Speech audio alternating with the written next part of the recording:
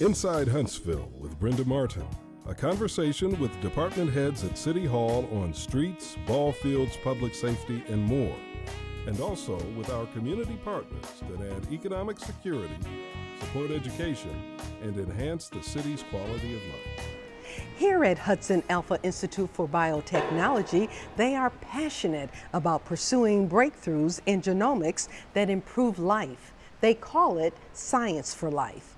Hello, I'm Brenda Martin with Inside Huntsville, and thanks for joining me today. I'm on location at Hudson Alpha, where I'll have the opportunity to have a conversation with Jim Hudson, who is the chairman of the board and the co-founder of Hudson Alpha. We're celebrating the groundbreaking of the Hudson Alpha Institute for Biotechnology. And of course, our very special guest today is the Hudson Alpha Institute for Biotechnology President, Jim Hudson.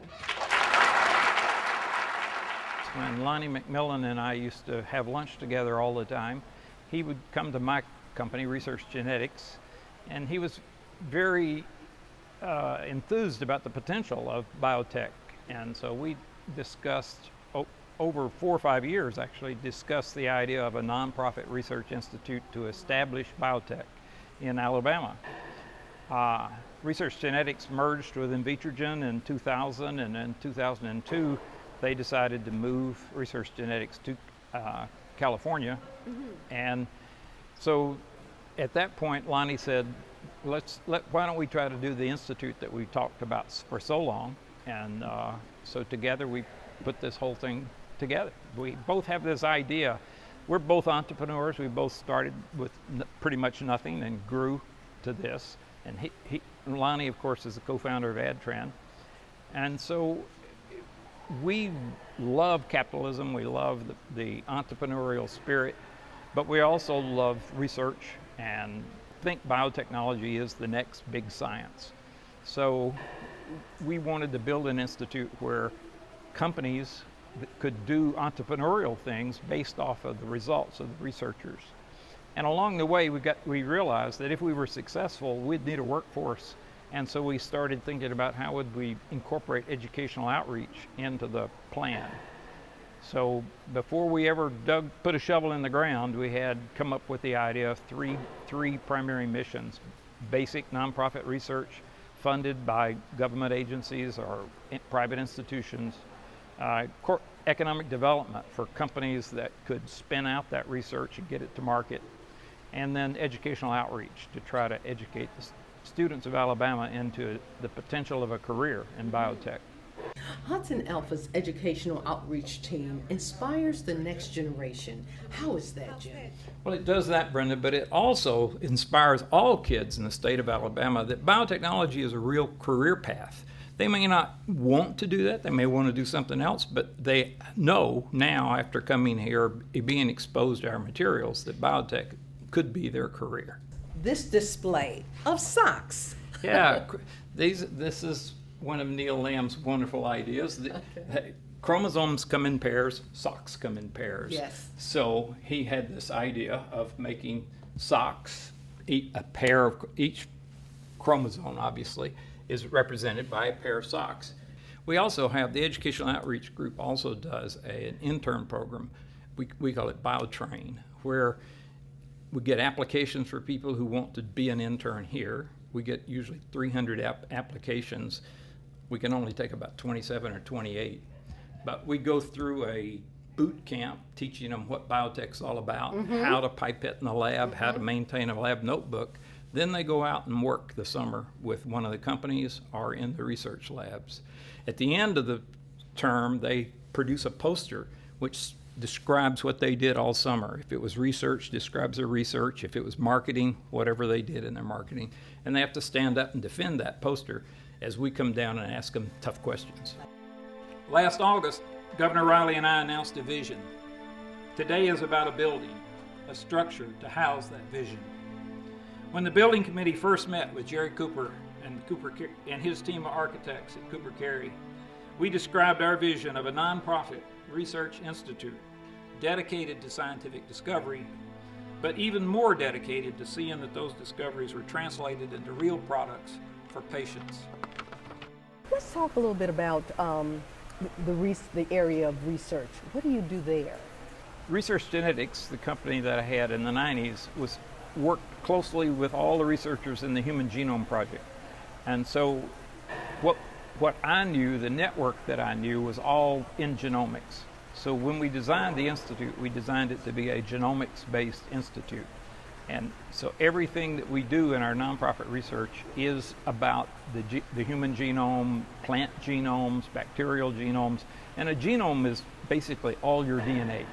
So we do a lot of sequencing of DNA, we do a lot of measurements of gene expression, which comes from DNA, but it's all in the field of genomics. And talk about sequencing, and that was going to be my next question. It's my understanding that Hudson Alpha has 2 or 3 labs. Can you talk about those and what do they do? Yes, we have 3 actually big sequencing labs, 2 research sequencing labs and 1 clinical sequencing lab where we sequence patients. But we do a lot of sequencing for other researchers around the world. I think we have 2,700 customers around the world that we sequence for, as well as our own project internal. We also have the largest group that is sequencing things that have never been sequenced.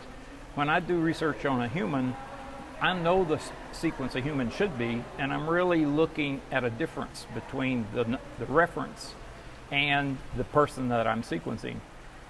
If you go to soybeans or cotton, a few years ago those had not been sequenced at all, but they have now because we did it, and we produce those reference genomes. We've done 165, I believe, reference genomes of things that had never been sequenced before.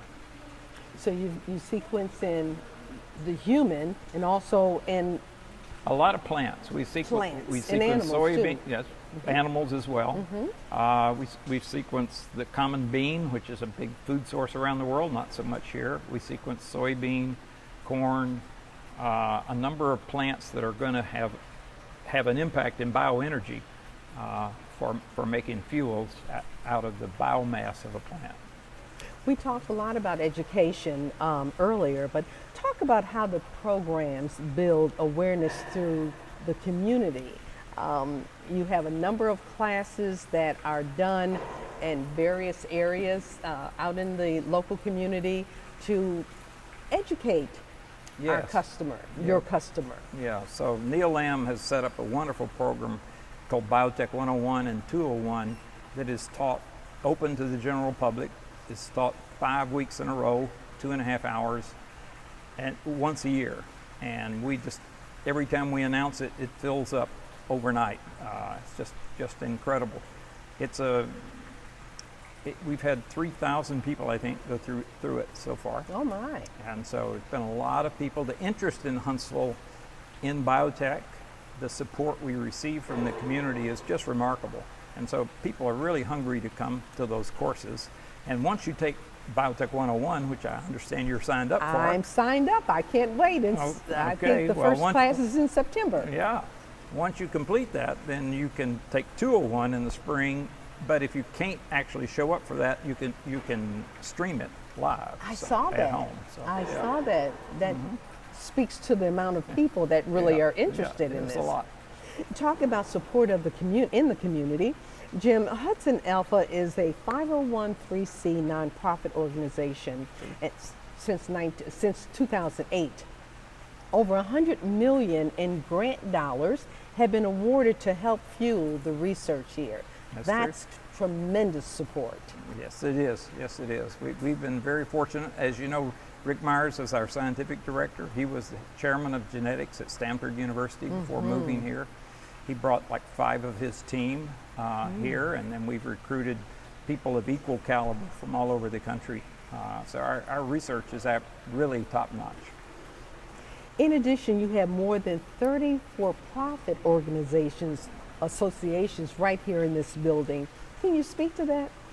One of mine and Lonnie's missions was economic development, spinning out the discoveries made in research, helping people start biotechnology companies. So we've got companies in the building now ranging from just a one person and a desk to 100 and something people who occupy almost the whole floor of the building. We have grown so much that we had to build another building on the north side, and now we're building a third building to hold the companies and the educational outreach and some of the research. So we'll have 4 buildings on the campus by August of 18. So things are just going great.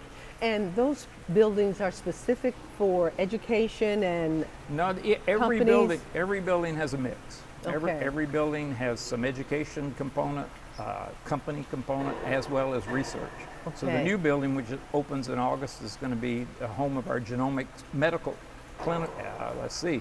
Home of our genomic medicine group, and then it'll also be part of the educational outreach. 3 of the companies that are in this building will be moving over there because they need more space. more space. All right. That is phenomenal. Now, the Information is Power initiative grants free testing to 30-year-old men and women in Madison, Jackson, Limestone, and other various counties in the state of Alabama. Right. How did free testing come about in this region? So Mary Claire King, a researcher out on the West Coast, a number of years ago discovered this gene, BRCA1, and later BACR2, that are responsible for a large percentage of female breast cancer. And she was awarded our Hudson Alpha Award one year, and she came and she gave a speech at the Space and Rocket Center, and she challenged us in that speech for Huntsville to be the first city in the nation to sequence everyone who wanted to be sequenced for this gene. Pretty audacious thing.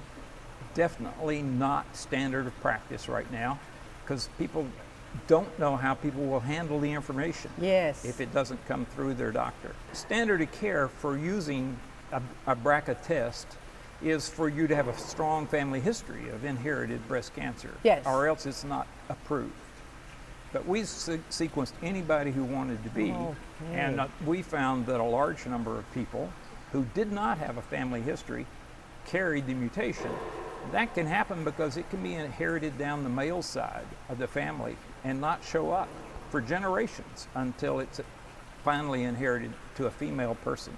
Well, on the topic of breast cancer, can you speak about Dr. Joy McDaniel and the advances that she and her group have made here at Hudson Alpha?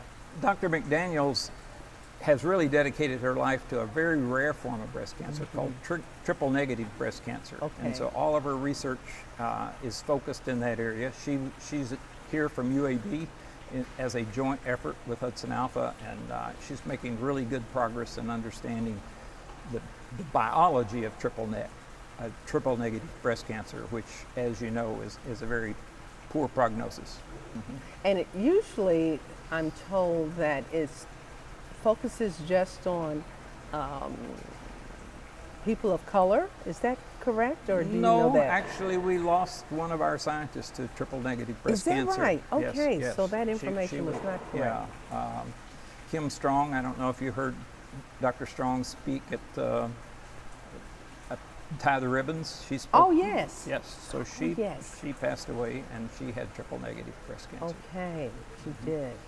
Yeah. Well, Jim, this is such an exciting place to work, I'm sure. Yeah, And it's wonderful. In talking to a number of your employees, they were saying we wouldn't want to work in any other place. So, Well, I love it. Every time I walk in the door, if I stop, I get goosebumps. Oh, it's for just sure. phenomenal building, and the architecture reflects the spirit of the economic development and the research working together. yes. And talk a little bit about that. Was this your vision in terms of the architect? Mark Smith at EdTran was the Oh, head of yes. our building committee, and together Lonnie, Mark, and I had this vision of people working together. And so we came up with this design of the building, which causes people to, everyone comes and goes through one door, everyone has to ride the elevators together or walk the stairs. Lots of reasons to intermingle, 27 conference rooms so that there's always a place you can sit down and talk. Wide hallways so you don't have to walk behind somebody, you can walk along somebody. So a lot of the features of the architecture is really designed to encourage encounters with other scientists and with entrepreneurs. And also inclusiveness. Yes. Inclusiveness, Yes. Wonderful. Right. Well, you're ahead of your time, ahead of the times here, you know. Thank you. But this is great. Thank you so much for taking the time to spend with me today. And your vision has not only been a blessing to this community, but as we could see, worldwide. So I thank you so much for taking the time. Well, thank you, Brenda. I appreciate you coming out and doing this. Growing up in the space program, I was inspired almost daily by the wonders of science and space. I was in the crowd that carried Von Braun and his team up the courthouse steps. I watched every blast-off and splashdown of Project Mercury. I cried my eyes out when Grissom and Chaffee and White died on the launch pad. And I held my babies, I'm not gonna make it. I held my babies up to the TV when Armstrong stepped on the moon. Not since those days have I felt such excitement. Not since those days have I held so much expectation for the future. Thank you. What this organization has accomplished speaks volumes for the difference made globally and in our community. For the problems Hudson Alpha addresses are shared by all humanity. It's not an exaggeration that Hudson Alpha can create a better world. I'm Brenda Martin for Inside Huntsville. Thanks for joining me and have a great day.